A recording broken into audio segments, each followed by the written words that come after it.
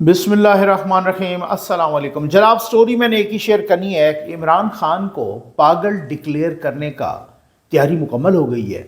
इस पर बात करेंगे, बताऊंगा इंशाअल्लाह, इसी वीडियो में बताऊंगा कि ये कौन करवा रहा है, इमरान खान को पागल डिक्लेयर कौन करवा रहा है। इस पे ज़रूर अब मैं नाम बताऊंगा। और जल्दी से आप चैनल सब्सक्राइब कीजिए, जहां घंटी का निशान बना हुआ है उसे प्रेस कीजिए ताकि हर नई आने वाली वीडियो आप तक पहुंचती रहे। हमारे वाटर प्रोजेक्ट्स चल रहे हैं। दो ही बातें करूंगा, पानी जितना गर्मियों में ज़रूरत है उतना ही सर्दियों में भी ज़रूरत है। पानी ज़िंदगी की असास है। दूसरा ये है कि इतनी ठिठरा देने वाली सर्दी, यकीन करें मेरी टीम्स जा रही हैं वहाँ, छोटे छोटे कमरे, घर, कोई बेचारे छोटा कोई झोंपड़ी, दरवाज़ा तक नहीं है। अब आप कहते हैं ना, बहुत सारे लोग यहाँ पे बहुत सारी बातें करते हैं। इस ठिठरा देने वाली सर्दी दिसंबर, जनवरी में, पोह में, जो आप सोच सकते हैं कि दरवाज़ा तक ना हो और इस तरह का कोहरा पड़ रहा हो, ये अब हम रज़ाइयाँ 1000 रज़ाइयाँ, अब तो डिमांड और भी ज़्यादा बढ़ गई है। और छोटे छोटे बच्चे हैं जिनके पास स्वेटर नहीं है, गर्म कपड़े नहीं हैं, उनको ये नंबर डिस्प्ले हो रहा है। कल हमने इस पर बात भी की थी कि खान साहब ने इलेक्शन कमीशन के अरकान को धमकी दी। सिर्फ धमकी नहीं दी, अब मामला बहुत सारा आगे बढ़ गया है। ये हमारे दोस्त हैं आसिफ बशीर चौधरी साहब। मैं जब भी आसिफ बशीर चौधरी साहब का, मेरे तो बिल्कुल भाइयों से भी बढ़ के हैं, तो आसिफ बशीर चौधरी साहब का जब भी मैं जिक्र करता हूँ, साथ ये तारुफ कराना नहीं भूलता कि ये वही आसिफ बशीर चौधरी साहब हैं कि जब जजेस के अकबी दरवाज़ों से, पिछले दरवाज़ों से कुछ लोग एजेंसियों के घुस रहे थे और वहाँ से जज से मुलाकात करके वापस आए, तो फिर आसिफ बशीर चौधरी ने उनको आगे पकड़ लिया कि सर आपकी जज के साथ मुलाकात कैसी रही। उस वीडियो को नवाज शरीफ साहब ने, मरियम नवाज साहब ने कई दफ़ा मुस्लिम लीग नून के, जब वो इनकलाबी हुआ करते थे उस वक़्त वो वीडियो बार बार लगाते, और आसिफ बशीर चौधरी साहब ने पूछा कि सर जज से आपकी मुलाकात कैसी रही। उसके बाद हमें पता है कि आसिफ बशीर चौधरी ने किस तरह भुगता। वो और बात है कि उनको किसी ने नहीं पूछा कि आप पर क्या बीती, ये और बात है। वही आसिफ बशीर चौधरी साहब हैं, उन्होंने एक खबर दी कि जी ये खान साहब ने कहा कि मैं तुम्हारी शक्लें पहचानता हूँ, जी बिल्कुल, और मैं तुम्हें छोड़ूंगा नहीं, मैं हुकूमत में आके तुम पर आर्टिकल 6 लगाऊंगा, ये इलेक्शन कमीशन की अरकान को, और जो जिनके कहने पर तुम कर रहे हो ना वो तुम्हें नहीं बचा सकेंगे। यहाँ तक तो आसिफ बशीर चौधरी साहब की खबर ख़त्म हो गई। इसके बाद मामला कुछ और भी थे, वो भी हमें पता चला है, मैं आपके साथ डिस्कस करता हूँ। अभी जो 62(1)(f) की तशरीह वाला मामला है, ये जो ताहयात नाअहली वाला, सुप्रीम कोर्ट ने फैसला महफूज कर लिया है। जैसे ही फैसला आएगा आपको इसमें बताऊंगा। एक बड़ी अजीबो गरीब हरकत हुई है, मैं इसको हरकत ही कहूँगा, कि अभी थोड़ी देर पहले सेनेट ने इलेक्शन मुलतवी कराने की, 8 फरवरी के इलेक्शन मुलतवी कराने की करारदाद मंजूर की है कसरत राय से। नून लीग के सेनेटर अफनानुल्लाह ने इस करारदाद की मुखालफत की है। गर्मा गर्मी हुई है। सेनेटर दिलावर, वही जो ग्रुप बना के किस किस के कहने पे क्या क्या करता होता है, वो ये सूरत हाल है। वो दिलावर साहब, बाकी लोगों ने भी। मैं इस वक्त एक ही बात कहना चाहूँगा कि जो भी इलेक्शन मुलतवी कराएगा वो भाग रहा है इलेक्शन से, वो हार के डर से भाग रहा है। वो कुछ भी हो, इलेक्शन मुलतवी नहीं होना चाहिए, 8 फरवरी का इलेक्शन। इस पर एक अलग से वीडियो बनती है, यहाँ पर मैं डिट्रैक्ट ना हो जाऊँ। तो हमें ये पता चला, अच्छा कल रऊफ़ क्लासरा साहब ने भी इसी पर स्टोरी की, फिर उसके बाद मुझे भी क्यूरियासिटी हुई। मेरी आदत है, मेरे लिए सारे काबिल एहतराम हैं। रऊफ़ क्लासरा साहब एक बहुत बड़े सहाफ़ी हैं, बहुत अच्छे इन्वेस्टिगेटिव जर्नलिस्ट हैं, लेकिन फिर भी मेरी ये शुरू ही से आदत है। आपको पता है मेरी वीडियो लेट हो जाती है, लेकिन मैं इस पे कंप्रोमाइज़ नहीं करता। मैं फिर 1, 2, 3 जगहों से ना इस तरह से ज़राए से मैंने बात की और मैंने पूछा जी वाकई ऐसे ही है, तो मुझे भी वही कंफर्मेशन हुई कि जी बिल्कुल ऐसे ही है। और बताया गया कि कल खान साहब परसों बहुत ही मच्छर गए थे जब फवाद चौधरी साहब और इमरान खान पर फ़र्द जुर्म आयद हुई और इलेक्शन कमीशन के 4 मेंबरान वहाँ अडियाला जेल में गए और फ़र्द जुर्म आयद हुई इमरान खान साहब पर। तो उस वक़्त जो है, अब तो फ़र्द जुर्म एक और आयद हो रही है 10 को, और वो आयद हो रही है इद्दत में निकाह के केस की। اور وہ بھی اڈیالہ جیل میں، اور جج نے کہہ دیا ہے کہ ادھر انتظامات کریں، بشرا بی بی بھی وہیں پہ جائیں گی اور خان صاحب بھی، اور ایک اور فرد، یعنی ایک اور دریا کا سامنا تھا۔ منیر مجھ کو، میں ایک دریا کے پار اترا تو میں نے دیکھا بہت سارے دریا کا سامنا ہے ابھی خان صاحب کو۔ تو جب وہ فرد جرم عائد ہونے لگی تو وہاں پر بتا رہے ہیں ذرائع کہ خان صاحب نے تو آستینیں چڑھا لیں، خان صاحب نے تو آستینیں چڑھا کے دھمکیاں دیں، ان کو ماں بہن کی گالیاں دیں، الیکشن کمیشن کے وہ جو ممبران تھے ان کو گالیاں دیں، ان کو مارنے کے لیے چل پڑے۔ جیسے آپ نے کل ایک ویڈیو دیکھی ہوگی کہ ایک جج صاحب جو کہ امریکہ میں ایک جج صاحب جو ایک جج تھیں، خاتون جج، انہوں نے ایک سیاہ فام دہشت گرد کو یا ملزم کو جب بیل دینے سے انکار کیا تو اس نے جناب وہاں سے وہ جمپ مار کے جج کو دبوچ لیا۔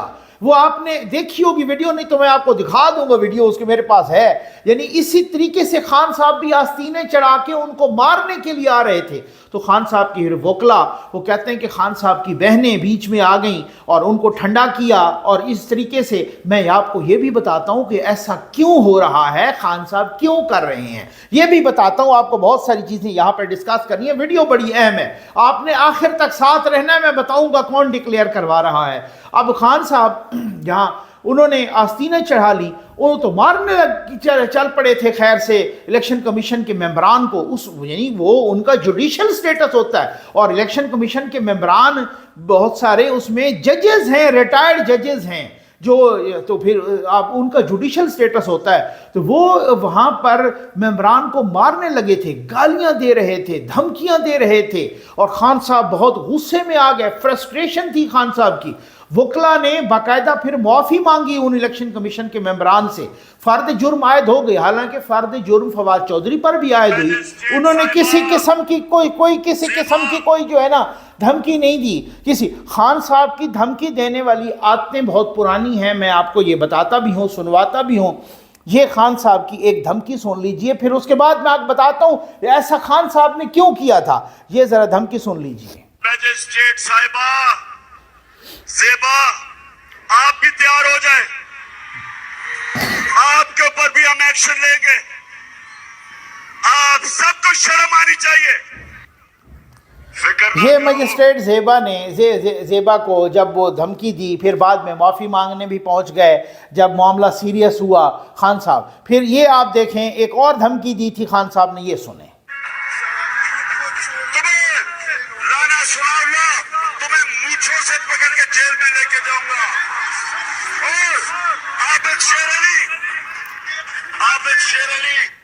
عابد شیر علی کو بھی نہیں چھوڑوں گا، اور رانا ثناء اللہ تمہیں مونچھوں سے پکڑ کے جیل میں لے کے جاؤں گا۔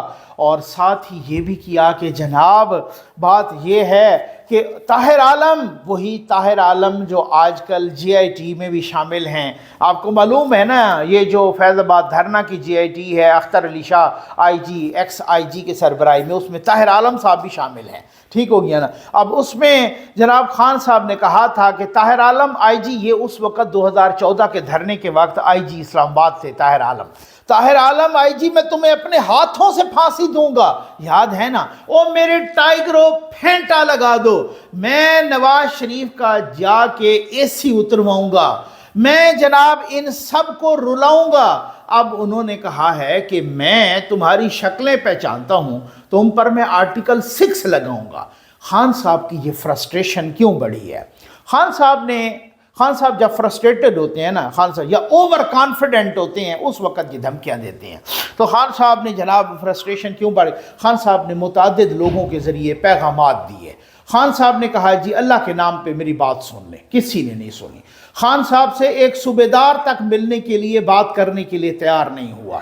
خان صاحب کی فرسٹریشن بہت زیادہ بڑھ گئی ہے، اور خان صاحب کو پتہ چل گیا ہے کہ یار میں کچھ بھی ہو، اب مسئلہ یہ ہے کہ اگر مجھے کہیں سے بیل نہیں ملتی، کہیں سے کوئی میرا وہ کیس ختم نہیں ہوتا، ختم تو ہوا نہیں ہے، کنوکشن برقرار ہے، اور اگر ایک دفعہ الیکشن ہوتے ہیں اور میں رہ جاتا ہوں بالفرض، بھلے وہ جب بھی ہوں، तो अगर मैं रह जाता हूं और मैं नहीं लड़ता और मेरी पार्टी के कई लोग और लड़ते, पार्टी वैसे तितर बितर है, यहाँ पर हालात ये हैं कि एक प्रेस कॉन्फ्रेंस कर रहा होता है, दूसरा पहुंच जाता है जी मैंने करनी है, मैं भी आ रहा हूँ खान साहब के मिल के, वो कह रहे हैं कि हमें कादी फैजी साहब पर एतमाद नहीं है, दूसरे उनके जो चेयरमैन खान के बाद बने और फिर अभी तो हटे हुए हैं वो गौहर साहब, बैरिस्टर गौहर, वो कहते हैं मैं कल मिल के आया हूँ, खान साहब ने ऐसी कोई बात ही नहीं की। तो यहाँ तो ये बात है कि दो मिल के आते हैं, उनकी आपस की बातें ठीक नहीं मिलती, तो कौन किस पे एतमाद करेगा, किस पर एतबार करेगा। तो बहरहाल खान साहब को ये फ्रस्ट्रेशन है कि और कोई भी जीत जाए, क्योंकि भाई बात सुने, खान साहब की पूरी हुकूमत थी, पंजाब की थी या नहीं थी,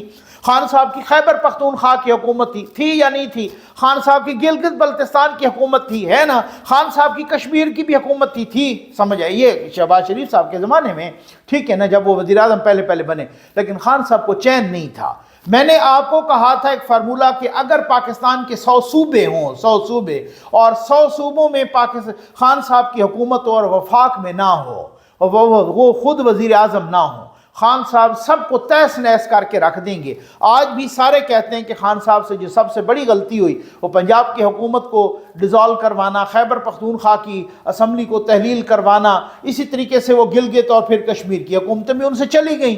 तो खान साहब की एक फ्रस्ट्रेशन होती है, वो अपने अलावा कुछ देख ही नहीं सकते।